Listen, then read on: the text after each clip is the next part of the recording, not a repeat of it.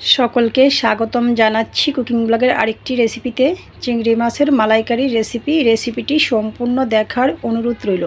তো চলুন দেরি না করে রেসিপিটি শুরু করা যাক। চুলাটা অন করে একটি পাত্র বসিয়ে দিয়েছি। পাত্রটি গরম হওয়ার পর দিয়ে দিয়েছি পরিমাণ মতো তেল, চিংড়ি মাছ, লবণ, হলুদ। নাড়াচাড়া করে চিংড়ি মাছটা খানিকটা ভেজে নেব, এতটা কড়া করে ভাজবো না।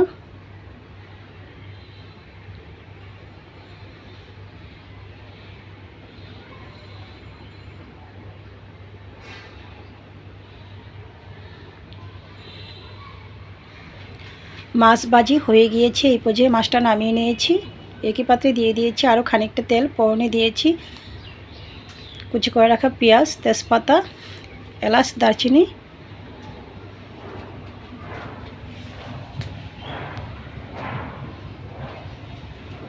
পেঁয়াজটা ব্রাউন কালার হওয়ার পর দিয়ে দিয়েছি পেঁয়াজ বাটা পরিমাণ মতো। আবারও নাড়াচাড়া করে নিচ্ছি।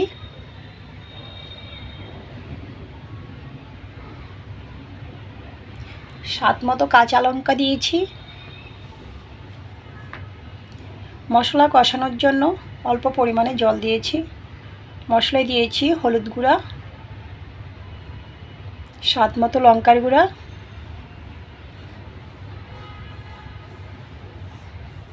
জিরার গুঁড়া,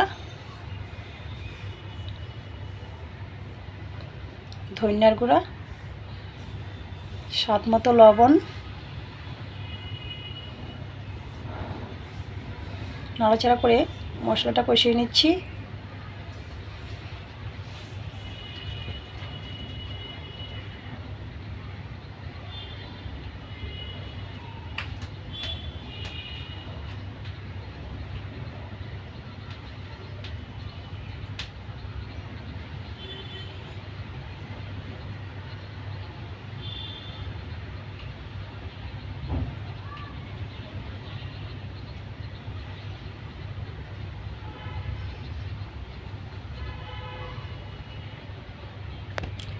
এ পর্যায়ে আমি দিয়ে দিয়েছি নারকেলের দুধ,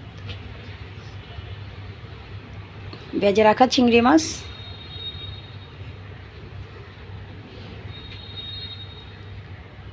অল্প পরিমাণে আদা বাটাও দিয়েছিলাম মশলা কষানোর সময়। ঢাকনাটা দিয়ে দিয়েছিলাম। ফিরে আসছি মিনিট দুয়েক পর। নাড়াচাড়া করে নিচ্ছি।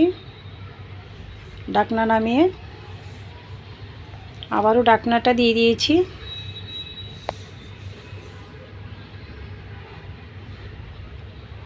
ফিরে আসছি 5 থেকে 6 মিনিট পর। তো রেডি হয়ে গেছে আমার চিংড়ি মাছের মালাইকারি রেসিপি। সাদা ভাত কিংবা পোলাওর সাথে পরিবেশন করতে পারেন। তো রেসিপিটি ভালো লাগলে আমার ফেসবুক পেজটা ফলো, ইউটিউব চ্যানেলটা সাবস্ক্রাইব করবেন, সাথেই থাকবেন। সকলকে ধন্যবাদ।